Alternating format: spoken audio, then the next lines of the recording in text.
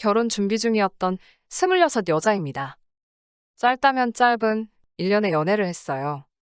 남자친구가 나이가 좀 있다 보니 결혼 얘기가 1년 만에 나왔죠. 남자친구는 올해 36이에요. 정확히 딱 10살 차이네요. 저는 결혼을 굳이 서두르고 싶지 않았거든요. 남자친구를 사랑하지 않는 건 아니지만 제 나이가 아직 결혼할 나이가 아니라고 생각했어요. 제 친구들도 대부분 미혼이거든요. 그런데 남자친구 쪽에서 많이 재촉을 했어요. 남자친구의 나이를 생각해보면 그럴 수 있겠다 싶긴 했죠. 요즘 시대에 30대 중반이 결혼하기 늦은 건 아니지만 그렇다고 빠른 나이는 아니니까요. 저도 나이가 많은 남자를 만나면서 결혼을 아예 생각하지 않은 건 아니었어요. 조금 이른 건 아닐까? 조금 무섭다. 이런 생각이 컸던 거죠. 그래서 몇 번씩 남자친구가 결혼 얘기를 꺼낼 때마다 회피를 했었어요. 너무 성급하게 생각하지 말고 천천히 생각해보자고요. 그럴 때마다 남자친구는 항상 평생 너한테 잘하겠다. 내 손에 물 한 방울 안 묻히게 해주겠다. 너는 아무것도 준비할 필요 없다. 내가 다 알아서 할 테니 몸만 와도 된다. 이렇게 얘기하곤 했어요. 끈질긴 설득 끝에 저도 결국 오케이를 했어요. 그리고 저희는 결혼 준비를 시작했습니다. 먼저 양가 허락을 위해서 남자친구네 집을 먼저 찾아갔어요. 주말 점심시간에 맞춰서 방문을 했고 예비 시부모님이 차려주신 밥 맛있게 먹었습니다. 그리고 과일을 먹으며 대화를 했어요. 남자친구와 어떻게 만났는지, 제가 무슨 일을 하고 있는지, 저희 가족 관계는 어떤지 이런 소소한 대화들을 이어갔습니다. 제 착각인지는 모르겠지만 대화 분위기는 꽤 좋았습니다. 마지막엔 예비 시아버님께서 제 성격이 참 마음에 든다고도 해주셨고요. 시원시원한 제 성격이 마음에 드신다고요. 요즘은 여자도 사회생활을 해야 한다며 똑부러지는 게 아주 좋으시대요. 이 얘기들을 호탕하게 웃으시며 말씀하셔서 저도 기분이 좋더라고요. 이때 예비 시어머님은 표정에 변화가 없고 조용히 계셨었는데 아버님과의 대화에 집중을 하느라 미처 자세히 살피지 못했어요. 그렇게 무사히 첫 만남을 마치고 남자친구도 저희 집에 인사를 드리러 왔습니다. 저희 부모님은 남자친구의 나이가 많아서 걱정이 크셨어요. 부모님께서 남자친구에게 싫은 소리를 하시면 어쩌나 걱정했는데 그런 걱정이 무색할 만큼 반갑게 맞아주셨어요. 아마 제가 선택한 사람이니 따뜻하게 맞아주려고 노력하신 거겠죠? 그렇게 양가 인사를 모두 무사히 마치고 상견례까지 큰 소음 없이 마쳤습니다. 상견례 때 결혼 자금에 대해 얘기가 나왔는데 양가 부모님들께 같은 금액을 지원받기로 했어요. 그리고 저희가 모은 돈을 합쳐서 결혼을 진행하기로 했죠. 남자친구가 저보다 사회생활을 오래 했잖아요. 그래서 저희의 모은 돈은 차이가 많이 났어요. 지원은 동일하게 받지만 남자친구가 더 많이 가져오는 셈이죠. 하지만 저는 이게 절대 제 흠이 아니라고 생각했어요. 남자친구와 저는 사회생활을 한 기간이 무려 10년 가까이 차이가 나니까요. 남자친구가 군대를 다녀온 기간을 감안하면 한 8년 정도 차이가 나겠네요. 그런데 그 8년의 차이를 제가 무슨 수로 줄이겠어요? 오히려 나이 차이가 이렇게나 나는데 모은 돈이 비슷하면 그게 문제겠죠.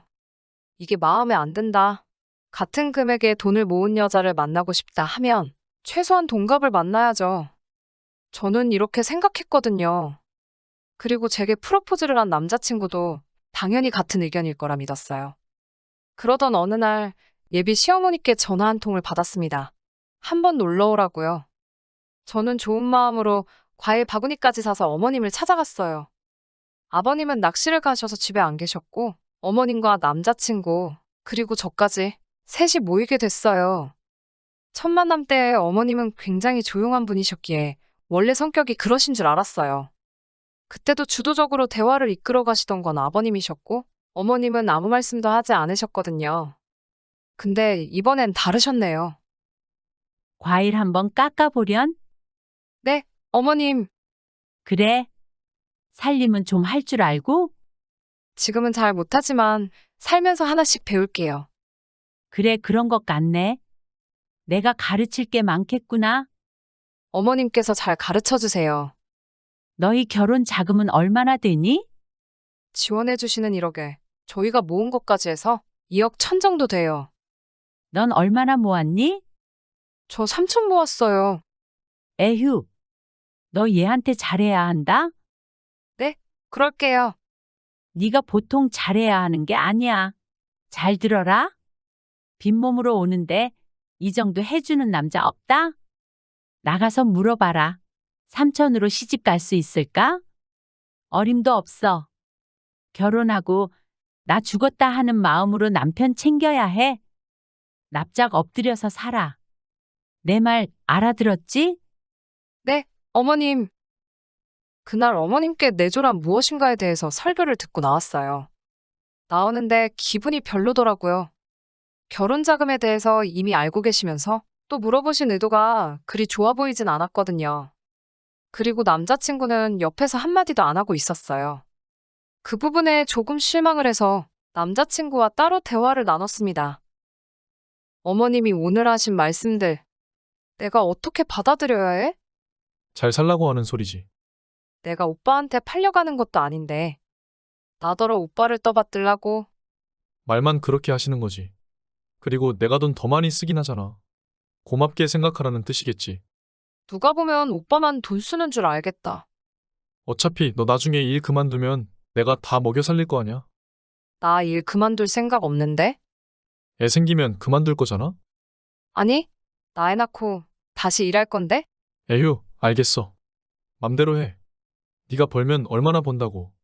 나보다 돈 조금 더 모았다고 유세 떨어. 내가 너보다 많이 내는 건 맞잖아. 그럴 거면 오빠가 결혼 비용 다 내. 우리 부모님한테 지원도 받지 말고. 그리고 나서 유세를 떨어. 너 말로만 듣던 김치녀야? 맨몸으로 취집하려고.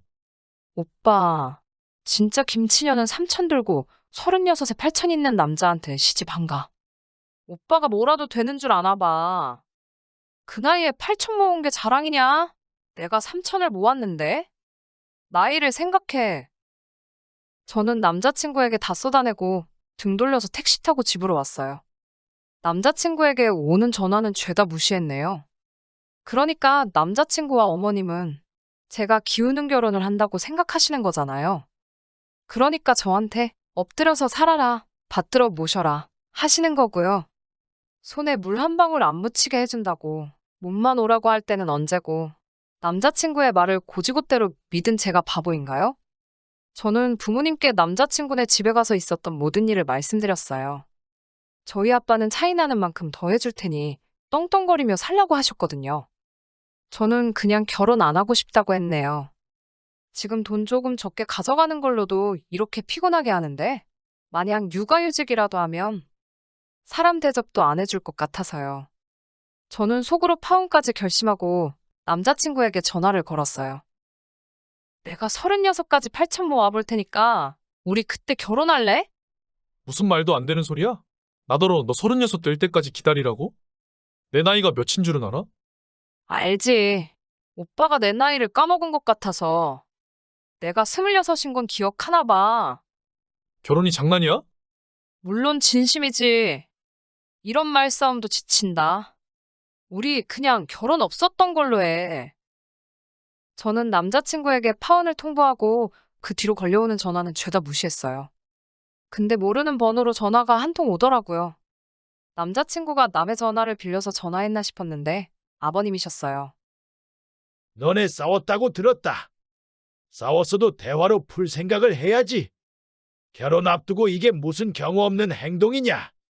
아버님, 제가 나이가 어려서 돈 조금 모은 게 그렇게 흠이에요? 처음부터 제가 부족하다고 하지 그러셨어요. 그게 무슨 소리냐?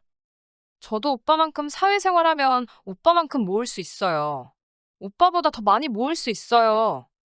근데 그걸로 약점 잡아서 납작 엎드려 살라면서요. 저 그렇게는 못 살아요. 아니, 누가 너한테 그런 소리를 해? 어머님이 그러시던데요. 아버님도 같은 마음이신 거 아니에요? 이놈의 여편네가 미쳤나? 일단 전화 끊자. 어머님의 의견이 아버님 의견인 줄 알았는데 아버님 반응을 보니 아니었나 보네요. 이게 어찌 돌아가는 건가 싶었거든요. 아니나 다를까 남자친구에게 또 연락이 왔어요. 집안 다 뒤집어 놓으니 속 시원하냐네요. 제가 뭘 했나요? 있는 그대로, 들은 그대로 말씀드린 것 뿐인데요. 그 집에서 한바탕 난리가 난 것 같은데 꼬시더라고요. 한편으로는 시원씁쓸해요. 그깟 돈 몇 천으로 결혼까지 꿈꿨던 상대와 헤어지고 진흙탕 싸움까지 하게 되고 비록 모은 돈은 적지만 저 열심히 살았습니다. 돈 허투루 안 쓰고 살았어요. 제가 숨만 쉬고 돈을 모았다고 해도 36이 모은 돈을 어떻게 이겨요? 그런데 이게 제 탓인가요? 정말 제가 부족해서 결혼이 엎어진 건가요? 돈 많은 남자에게 팔려가듯 그렇게 결혼을 했어야 맞나요?